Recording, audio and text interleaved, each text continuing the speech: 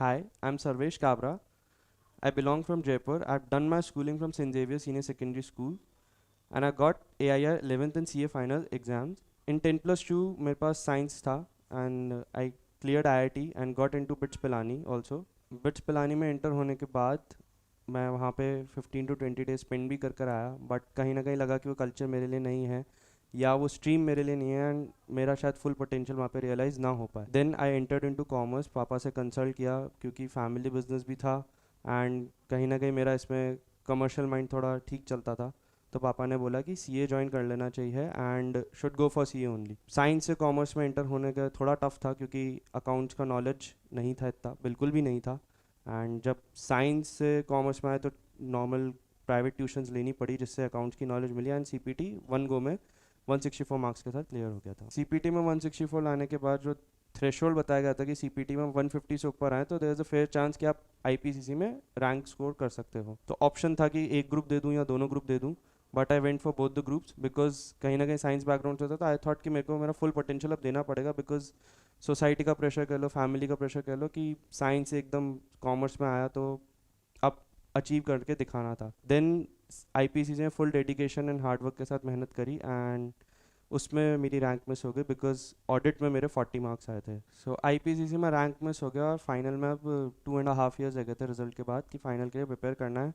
And बहुत मुश्किल हो रहा था कि मोटिवेशन कहाँ से आए कि रैंक लाना है क्योंकि बहुत ऐसा सुनने में बहुत मिलता था कि लोगों के 5-5 6-6 अटैम्प्ट हो जाते हैं एंड वो क्लियर ही नहीं कर पाते हैं. तो इसके लिए कि फर्स्ट अटैम्प्ट में क्लियर हो and that too with the rank, वो करने के लिए मुझे बहुत वाइज डिसीजन लेने पड़े. सो मैं दूसरे इंस्टीट्यूट्स में था, वहाँ पे एक सिस्टम समझ आ गया था कि कहीं ना कहीं फाइनल प्रिपेयर करने के लिए आपको टेस्ट सीरीज तो ज्वाइन करनी पड़ेगी क्योंकि until and unless you don't write आप उसको सीए फाइनल को क्लियर नहीं कर सकते. तब मैंने वीएसआई के बारे में सुना एंड वीएसआई में मेरे एक्चुअली फ्रेंड्स आईपीसीसी के सारे रैंकर्स वीएसआई से निकले हुए थे. तो उनका रेफरेंस लेके मैं वीएसआई ज्वाइन किया और यहाँ का जो टेस्ट सीरीज़ का सिस्टम था वो उसी अकॉर्डिंग मेरा पूरा कोर्स प्लान हो गया एंड उसी अकॉर्डिंग मैंने एक एक एग्ज़ाम को प्रिपेयर किया. वीएसआई का टेस्ट सीरीज़ ऐसा होता था कि यहाँ पे एट अ टाइम 70 to 80 बच्चे एक ही बैच के टेस्ट दे रहे हैं.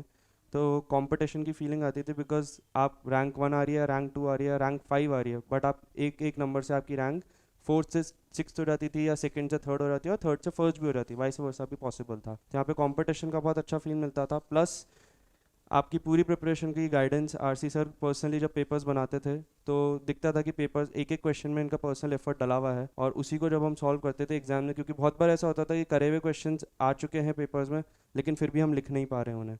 तब आरसी सर की गाइडेंस काम आती थी और सर का एक ही कहना था कि टेस्ट सीरीज पे पूरा फोकस रखो और बाकी सब करने की कुछ भी ज़रूरत नहीं है और जो भी पढ़ना है वो इंस्टीट्यूट के मटेरियल से पढ़ना है, ना इधर उधर का कोई रेफरेंस मटेरियल यूज़ करना. Only go for test series that too and prepare from SM. ये फाइनल एक जर्नी है. सीए फाइनल आप आईपीसीसी क्लियर कर लेते हैं एंड देन 2.5 years आपको ऑफिस, आपकी आर्टिकलशिप एंड आपकी स्टडीज़ दोनों मैनेज करना है. आईपीसीसी और फाइनल के कोर्स में 5 times का तो मिनिमम मैं गैप मानता हूँ कि वो इतना लार्ज है, 5 times तो लार्ज है ही है. तो आपको ऑफिस के साथ वो मैनेज करना is a difficult, very difficult task.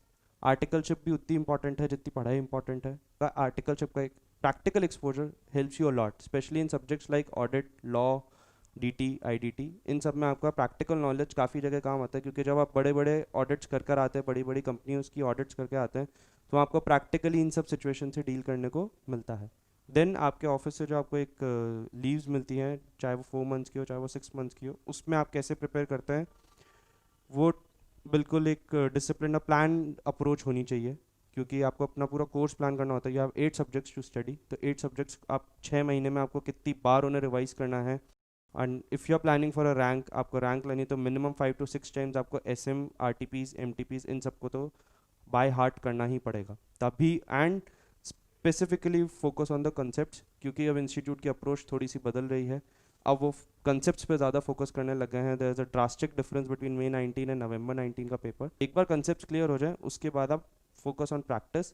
Test series दें. अगर आप वीएसआई की ज्वाइन कर लेते हैं दैट इज़ बेस्ट. जैसे मैंने दी थी यहाँ पे वीएसआई में दी थी वो 3 phases में थी. First series, second series, third series. First series का टाइम गैप था 14 days, सेकंड सीरीज का था 7 days एंड थर्ड सीरीज का था 4 days.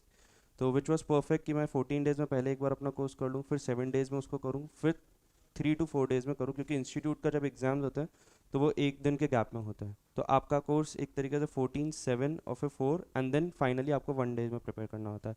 तो इससे बहुत अच्छे से अलाइन हो जाता है कि आप कोर्स कैसे कर सकते हैं। सेकेंडली, आप गाइडेंस कौन सी यूज़ करते हैं। आपका पर्सनल मेंटर होना बहुत ज़रूरी है। अगर आपके सीनियर्स हो सकते हैं, आपके टीचर्स हो सकते हैं, आपके प्रिंसिपल्स हो सकते हैं, जो आपके चार्टर्ड अकाउंटेंट्स हैं वो हो सकते हैं, because they have been through that. उनको पता है कि कैसे ऑफिस के साथ आर्टिकलशिप एंड आपकी पढ़ाई इन सबको मैनेज करना होता है। इसका बहुत एक इम्पॉर्टेंट फैक्टर होता है कि विच क्लासेस यू आर टेकिंग, आप कौन सा कोचिंग इंस्टीट्यूट ज्वाइन करो। वीएसआई में डबल चीज़ें होती है, आपको पढ़ाते भी हैं एंड आपको उसका टेस्ट भी देते हैं।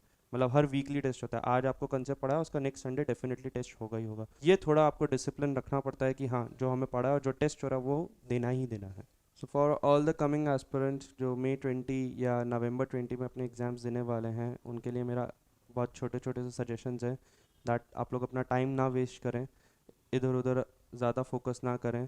कुछ आपकी लाइफ में, पर्सनल लाइफ में अगर डिस्ट्रैक्शन है तो उन पे भी अब फोकस हटा दीजिए उनसे भी, बिकॉज यही टाइम है। अगर आपका 1 गो में निकलता है that's a very good thing.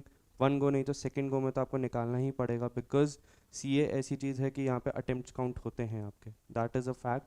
And मेरा आप लोगों को यही सजेशन है कि इस इंस्टीट्यूट के मटेरियल के अलावा इधर उधर कुछ भी पढ़ने की ज़रूरत नहीं है। उसको बाय हार्ट, बाय कंसेप्ट जैसे भी आप करें, बट उसके अलावा इधर उधर कुछ भी करने की आपको ज़रूरत नहीं है। And all the best to every one of you and thank you.